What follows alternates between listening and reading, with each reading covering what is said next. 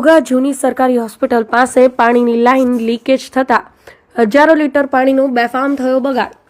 આજ રોજ તારીખ 6/12/2025ના રોજ મળતી વિગત અનુસાર ઘોઘાના અનેક વિસ્તારોમાં લોકોને પીવાનું પણ પાણી સરખું નથી મળતું, ત્યારે ઘોઘા જૂના સરકારી દવાખાના પાસે પાણીની લાઇન તૂટી જતા હજારો લીટર પાણીનો થયો બેફામ બગાડ। ઘોઘા ગ્રામ પંચાયતની ઘોર બેદરકારીને લઈ અવારનવાર ઘોઘા વિસ્તારમાં પાણીનો પ્રોબ્લેમ સર્જાય છે। આ પાણીના પ્રોબ્લેમને લઈ ઘોઘા ગામની જનતાઓને સમયસર પાણી પણ મળતું નથી, ત્યારે ઘોઘા ગામની જનતાઓને અનેક મુશ્કેલીઓનો સામનો કરવો પડે છે। તો ક્યાં સુધી ચાલશે આ ઘોઘા ગ્રામ પંચાયતની ઘોર બેદરકારી? શું ઘોઘા ગ્રામ પંચાયતમાં કોઈ અધિકારીઓને કામ કરવામાં રસ નહીં હોય? શું ઘોઘા ગ્રામ પંચાયતમાં કોઈ અધિકારીઓને ઉપરી અધિકારીઓની કોઈ બીક નહીં હોય?